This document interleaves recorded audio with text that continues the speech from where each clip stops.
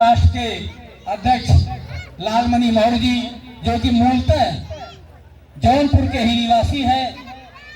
हरिपुर एक गांव है इधर प्रतापगढ़ के सटा हुआ, और आप मुंबई में आपका अपना कारोबार है। मूसर सुग्गा और उनकी जीवन संगिनी भी साथ में आई है। मैं उनको भी मंच पर आमंत्रित करना चाहूंगा। लगता है रमा मौर्य जी, सुग्गा का है हो, मड़ई का है हो, वो सब जनी है लोग तो मन।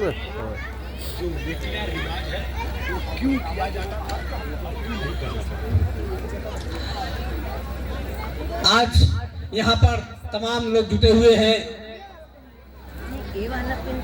बहुत से लोग हैं जिनका विवाह संस्कार इस ढंग से हुआ होगा जो आज आप यहाँ देख रहे हैं। बहुत से लोग ऐसे होंगे जो नहीं हुआ होगा, लेकिन जानते समझते होंगे इसके विषय में। शायद एक आध लोग ऐसे भी हो जो इस प्रथा से, इस सिस्टम से अनभिज्ञ होंगे।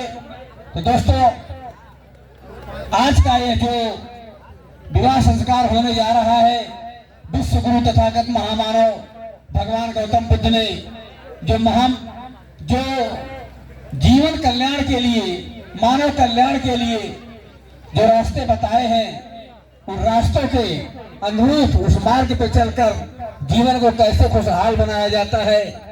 तो दोस्तों, जो आज का जो विषय है, जो परिवर्तन की धारा चल रही है, उसमें जो आज के पहले जो तमाम कुरीतियां, पाखंड, तमाम तरह के थे, उनसे इतर हटकर एक ऐसी व्यवस्था में जहां से महामानव भगवान गौतम बुद्ध ने जो मानव कल्याण को, मानव जीवन के कल्याण के लिए जो संदेश दिया है, उस पथ पर चलकर आज दो परिवार एक होंगे, जिसके आप साक्षी होंगे। आप सभी लोगों के बीच में जो विवाह संस्कार कराया जाएगा, उस संस्कार को कराने के लिए हमारे बीच में भंते संगदीप जी पधारे हुए हैं। मैं उनसे मंगल कामना चाहूंगा, और उनके सहयोगी बाबानंद मौर्य जी जो लौकरी से करके आए हुए हैं, वो भी सहयोग करेंगे। और आज का जो विषय है, हमको, आपको, सबको सोचने समझने की ओर मजबूर करता है कि जो पहले की व्यवस्था थी, उस व्यवस्था से आज की व्यवस्था में क्या फर्क है, कौन सही है, कौन गलत है। इस चीज को देखने के लिए दोस्तों, मैं आपको बता दूं, ये कोई नई व्यवस्था नहीं जो आज आप यहाँ देख रहे हैं। ये हजारों साल पुरानी व्यवस्था है। जब इस भूमंडल पर विश्व गुरु तथागत महामानव भगवान गौतम बुद्ध और बौद्ध शासकों का, मौर्य शासकों का जब शासन था, जब बौद्ध शासकों का शासन था, मौर्य शासकों, सम्राट अशोक महान, चंद्रगुप्त मौर्य जैसे चक्रवर्ती सम्राटों का जब शासन था, उस जमाने में तब इस तरह का कार्यक्रम होता था। हमारे बीच में मुंबई से चल करके आए हुए हैं आदरणीय राम भरोस मौर्य, आनंद भारती तर्कशील जी, जो हमेशा अपने आप को इस समाज के लिए समर्पित किए हैं। रात दिन एक किए हुए, कभी मुंबई तो कभी जौनपुर, कभी मुंबई। और आपका घर, आपका पैतृक आवास इस बगल में गोथू गांव है, आपके मड़ियाहू क्षेत्र में, वहीं के रहने वाले हैं, लेकिन कर्म भूमि बना लिया है बॉम्बे को। और सुबह में बॉम्बे रहते हैं, शाम को फिर चले जाते हैं जौनपुर, तो कोई कार्यक्रम होता है। इतना इनका लगाव है इस परिवर्तन की धारा में, इतना इनका ये बहाव है कि पहुंच जाते हैं। तो मैं ऐसे शख्सियत को नमो बुद्धाय करता हूं, इनका स्वागत करता हूं, सम्मान करता हूं।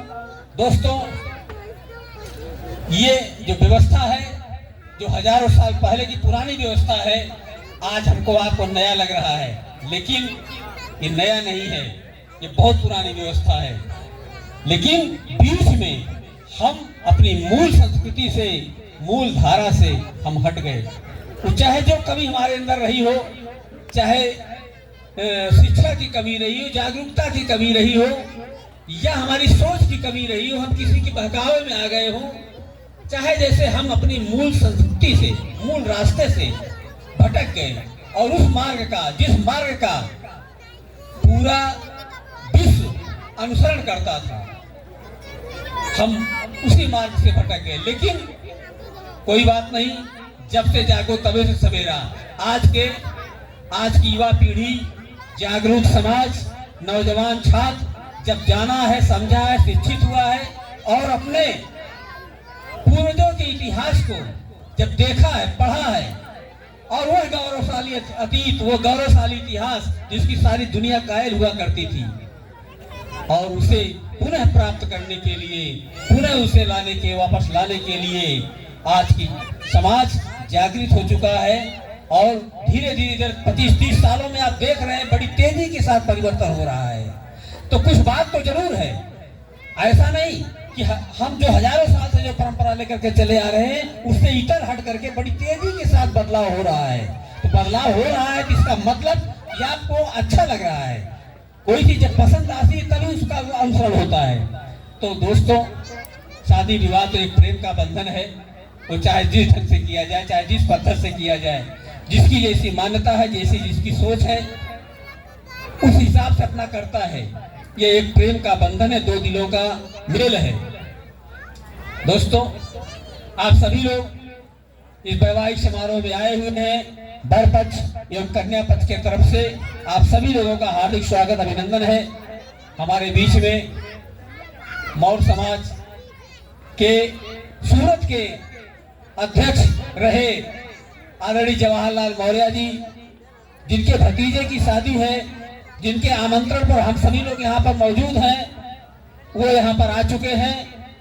मैं उन्हें नमस्कार करता हूँ कि आप आए हैं इस बारात को लेकर के, और एक ऐसी छाप यहाँ छोड़ के जाएंगे, एक ऐसी व्यवस्था यहाँ दे करके जाएंगे कि यहाँ के लोगों को सोचने के लिए मजबूर करेगा। साथियों, विवाह संस्कार ये दो दिलों का मेल है, एक बंधन है, चाहे जिस ढंग से किया जाए। बहुत से लोग ऐसे हैं, कोई सिस्टम नहीं, आपस में प्रेम भाव हुआ और पूरा जीवन व्यतीत हो गया, पूरा घर भी बसा लिए। कुछ लोग ऐसे हैं अपने अपनी मान्यताओं के अनुसार कर। माइक उनको भी देना है, कुछ उनको भी देना है, कुछ वो भी बताएंगे। अच्छा। दोस्तों, हमारे बीच में मौर्य समाज चैरिटी ट्रस्ट के मुंबई महाराष्ट्र के अध्यक्ष आदरणीय लालमणि मौर्य जी पधारे हुए हैं अपनी जीवन संगिनी के साथ, रमा मौर्य जी के साथ। तो मैं थोड़ी देर के लिए आग्रह करूंगा कि आदरणीय लालमणि मौर्य जी भी यहाँ उपस्थित जन समुदाय को शादी से पूर्व कुछ बातें बताने की कृपा करेंगे। आदरणीय लालमणि मौर्य जी, माननीय अध्यक्ष जी। Thank you.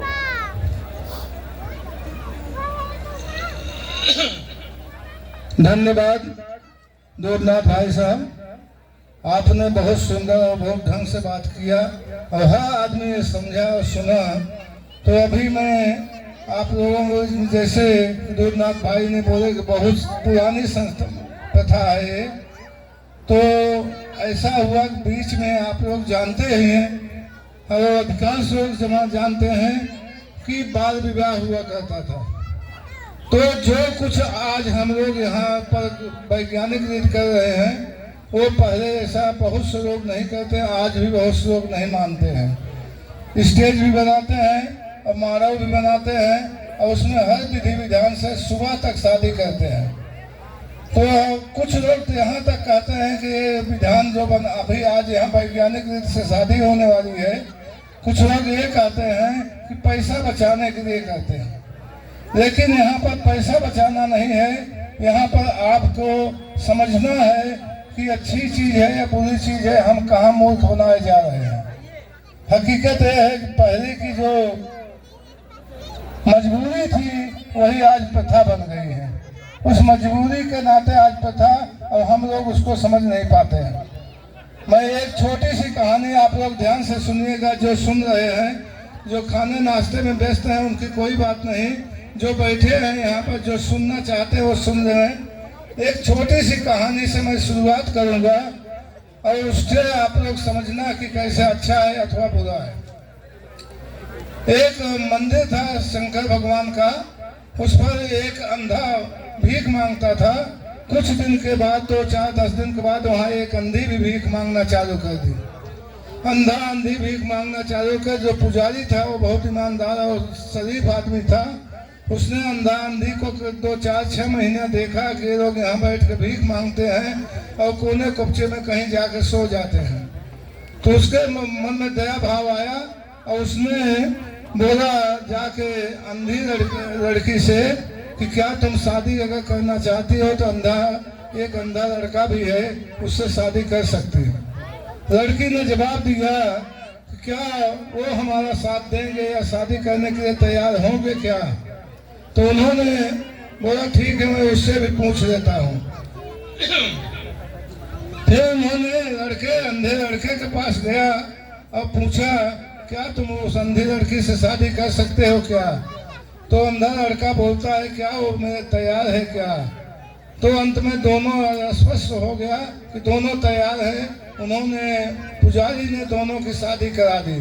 अब शादी कराने के बाद आवश्यकता पड़ती रूम रहने की व्यवस्था की। तो उन्होंने बोला कि अगर तुम लोग कुछ पैसा जमा किए हो तो मुझे दो और कुछ पैसा मैं मिलाकर आपको एक रूम खरीद देता हूँ। फिर ये व्यवस्था हो गई रूम की और लोग दोनों अंधी रूम में रहने लगे। कुछ समय के बाद एक दिन अंधी ने रोटी बना रही थी, रोटी उसकी गायब हो गई और दूसरे दिन अपने अंधे पति से बोलती है कि हमारी कल रोटी जो बनाई रोटी कोई गायब हो गई। फिर बोलता है अंधा पति बोलता है देख लेना अगर कल कोई तुम ध्यान देना। तो उसने दूसरे दिन जब रोटी बनाने लगे तो अपना हाथ फिराने लगी, उसे चारों तरफ हाथ फिराती है। जब हाथ फिराते तो उसके हाथ में कोई कुत्ता हो या बिल्ली हो, कोई उसका हाथ में आ गया। जब उसके हाथ में आ गया तो समझ गई कोई जानवर हमारी रोटी को खा जाता है। फिर दूसरा अपने अंधे पति से बोलती है कि देखिए हमारी रोटी कोई कुत्ता या बिल्ली खा जाता है, उसके लिए कोई उपाय कीजिए, नहीं तो हमारी रोटी रोज गायब हो जाएगी। तो अंधा पति बोलता है कि ठीक है, कल जब तुम रोटी बनाने लगना तब मेरे को बताना तो मैं कुछ उपाय करूंगा।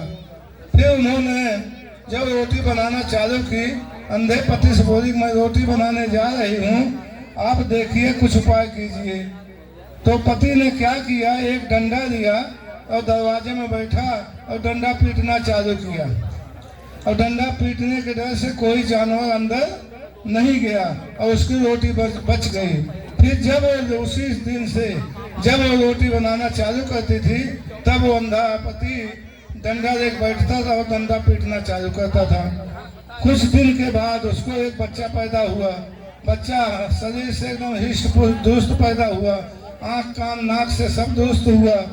और लोग सोचे कुछ दिन के बाद मैं इस बच्चे को पढ़ाऊंगा, बड़ा बनाऊंगा।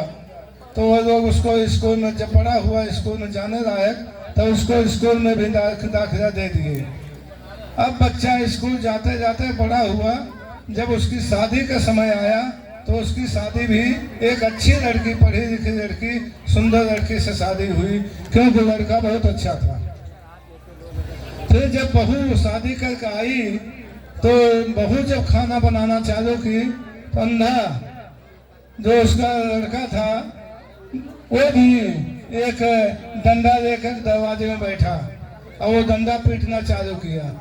अब बहू पहले दिन तो सोची कि शायद कोई रस्म होगा, इसके लिए डंडा पीट रहे हैं। लेकिन जब दूसरे दिन भी रोटी बनाने बैठी या खाना बनाने बैठी तो डंडा लेकर बैठ गया। तब वो बहू बोलती है या उसकी पत्नी, जो लोग बारात के लोग जो लोग नाश्ता कर, बहुत अच्छी बात है, आप लोग अगर नाश्ता कर चुके होंगे तो आप लोग चले जाइए, क्योंकि बाराती बन के आए हैं तो बारात के साथ रहना बहुत ही जरूरी है।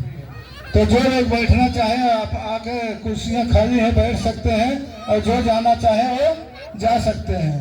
फिर जब दूसरे दिन उसने डंडा पीटना चालू किया तब वो बहुत चिंतित हुई कि यह क्या चीज़ है।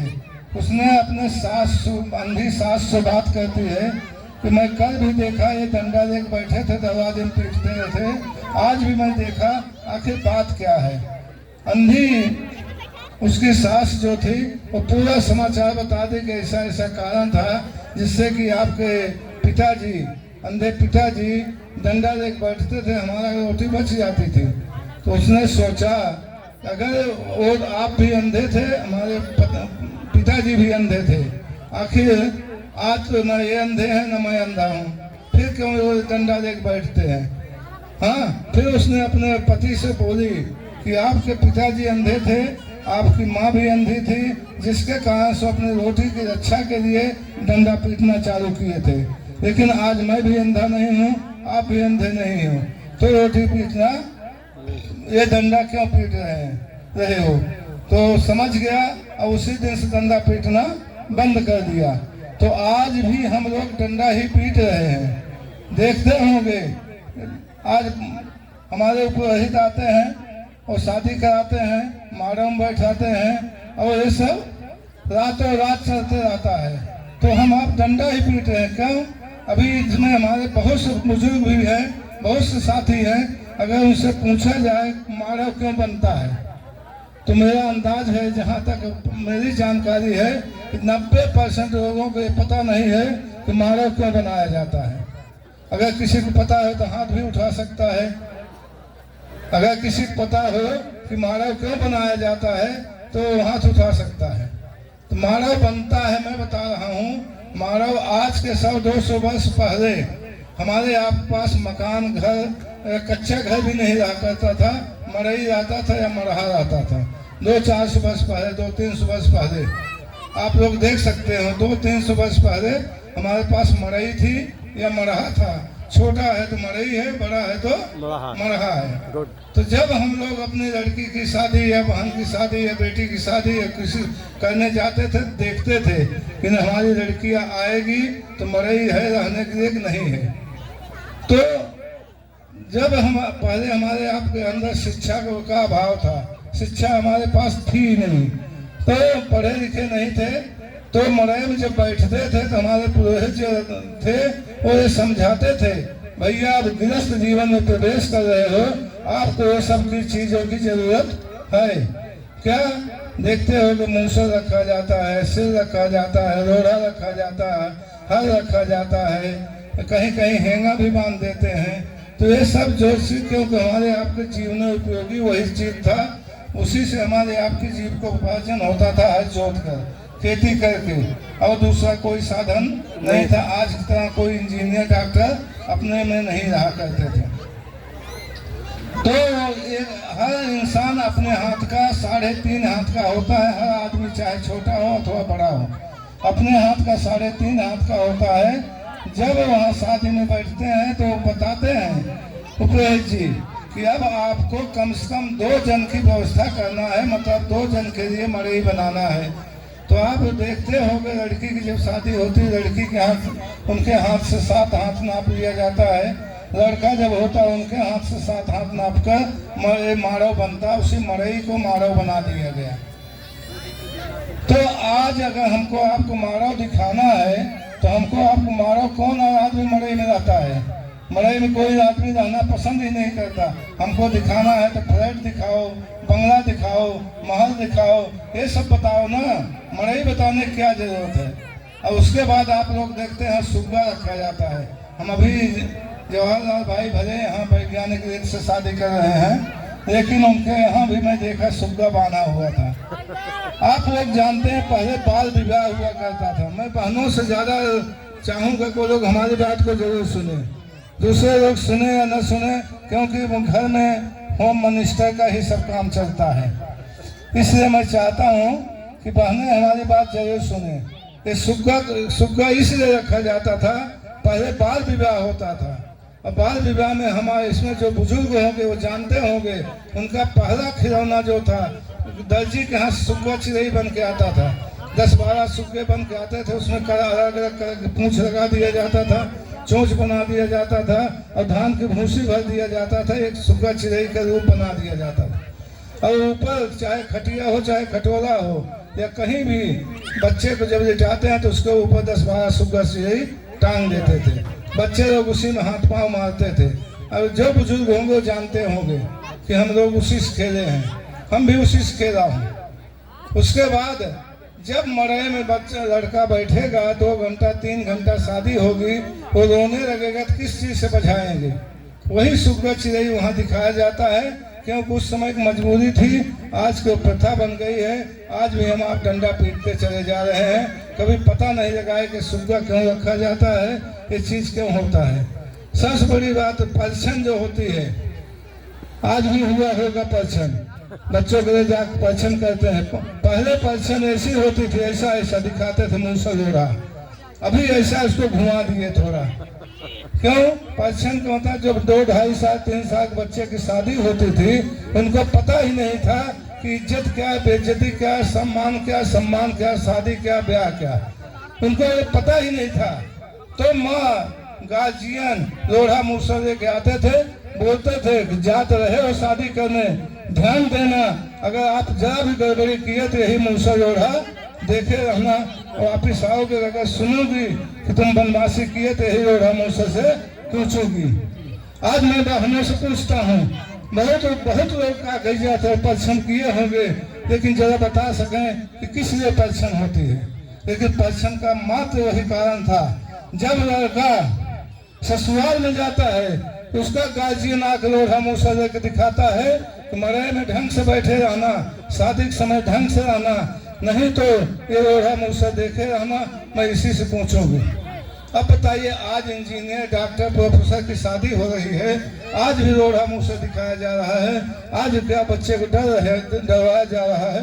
लेकिन नहीं, अगर अंधा लड़का अगर 20-22 साल 24 साल तक देखता रहा कि माँ हमारे पिताजी डंडा पीट रहे हैं, अगर पूछा होता कि भाई ये डंडा क्यों पीट रहे, शायद वो नहीं पीटता। लेकिन नहीं पूछा, ऐसे आज हम आप हैं, कभी पूछते नहीं क्या चीज़ है। सबसे बड़ी मूर्खता तो वहाँ हमको दिखाई देती है जब सिरपोहना होता है। आप लोग जानते हैं हमारी बहनें सब सिरपोहना की होगी। सिरपोहना होता है और जो लड़की के माता पिता रहते हैं चद्दर डालकर उड़दी की दाल पीसते हैं, और एक घड़िया में उपलेहित आता है मंत्री पूजन के समय, और एक घड़िया में सभी देवताओं का आवाहन करता है और सभी पितरों का आवाहन करता है, और एक घड़िया में बंद करता है। एक घड़िया के अंदर अभी आप लोग बताइए, जो आदमी उस घड़िया में देवी देवताओं को ठूंस रहा है वो आदमी मजबूत है या जो ठूंसा जा रहा है वो मजबूत है? आप लोग बता सकते हैं कौन जो ठूंस रहा है वो मजबूत है या जो ठूंसा जा रहा है वो मजबूत है? दूसरी बात, आप लोग सोचें, कोई लड़कियों के यहाँ 12 घंटा 24 घंटा पहले होता है, किसी के यहाँ बासी होता है, किसी के यहाँ ताजा होता है, जहाँ जैसा रीति रिवाज है। 24 घंटा एक हरिया के अंदर देवी देवताओं को ठूंस कर उसको पैक कर दिया जाता है, उड़दी की दाल से बंद कर दिया जाता है। तो 24 घंटा कोई देवी देवता अगर बंद रहेगा वो भपक के मर जाएगा कि जिंदा रहेगा? वो क्या हमारी आपकी देखेगा यज्ञ? अपन लोग बोलते हैं जाएगा यहाँ खोल देना, जब वहाँ शादी चालू होगी तो आप लोग यज्ञ देखेंगे। कौन यज्ञ देखेगा?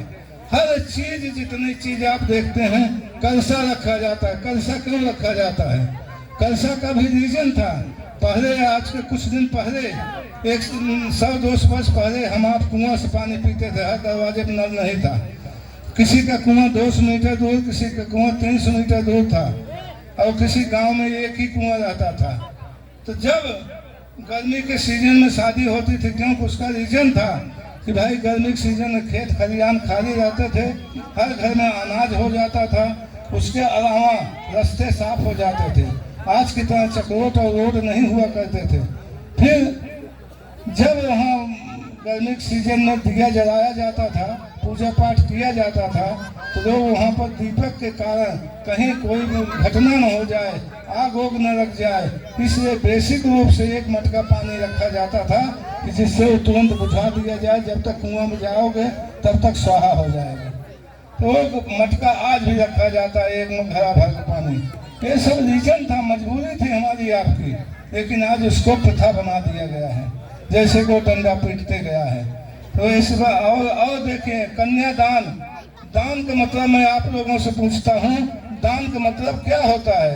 कि दान का मतलब वो होता है किसी चीज को दे दिया जाए तो उसको वापस नहीं दिया जाए उससे कोई वास्ता ही नहीं होता। आज आप इसमें से इतने भाई हैं बहन हैं सब हैं, मैं पूछता हूँ कौन ऐसा व्यक्ति है जो कन्या का दान करने के बाद उससे कोई वास्ता नहीं रखा है? हमेशा जिंदगी भी रखता है। अगर सही है तो बहुत अच्छी बात है, अगर कहीं गड़बड़ होगा तो अपने मैके में ही आकर बैठना पड़ता है। तो लेकिन हम दान कहते हैं, दान तो कर दिए और दान की चीज़ को कभी ध्यान नहीं दिया जाता, लेकिन यहाँ ध्यान दिया जाता है। यहाँ पर आज का कन्या का समर्पण होगा, दान नहीं होगा। और देखें गठबंधन होता है, आप लोग देखते हो गठबंधन होता है। हम आप सब किसान परिवार से आते हैं, हम आप जब 2 बैल ले जाते हैं तो उसको जोड़ के ले जाते हैं, उसको एक एक करके ले जाते हैं, हमेशा जोड़ के ले जाते हैं। जब लड़का लड़की बैठते हैं तो लड़की को तो नाउन जो होती है वो पकड़ के बैठ जाती है और लड़का फ्री जाता तो उसको जोड़ दिया जाता कहीं भाग ना पाए। ये मजबूरी थी, क्योंकि 2, 2.5 साल 3 साल 4 साल बच्चे की शादी होती थी। ये मजबूरी थी कि भाई कागजात है उसको जोड़ दिया जाए। और आज सब जो समझदार हैं, बुद्धिमान हैं, जानते हैं कि कागजात भाई अच्छा बुरा सब समझते हैं, तो आज भागने कोई सवाल नहीं है, फिर भी जोड़ा जाता है। अभी देखे होंगे 10 औरतें 8 औरतें मिलकर उनको नहलाती हैं। जब 2 साल 2.5 साल 3 साल का बच्चा था तब वो कूदता काटता था, 2-4 औरतें मिलकर नहला देती थी और घस घस के नहलाना नहीं आता था। आज बताइए 24 साल 25 साल 30 साल बच्चे की शादी होती है, अगर 4 औरतें मिलकर उनको नहलाएंगे तो वो साफ ज़्यादा होगा कि अपने से नहाएगा तो साफ होगा।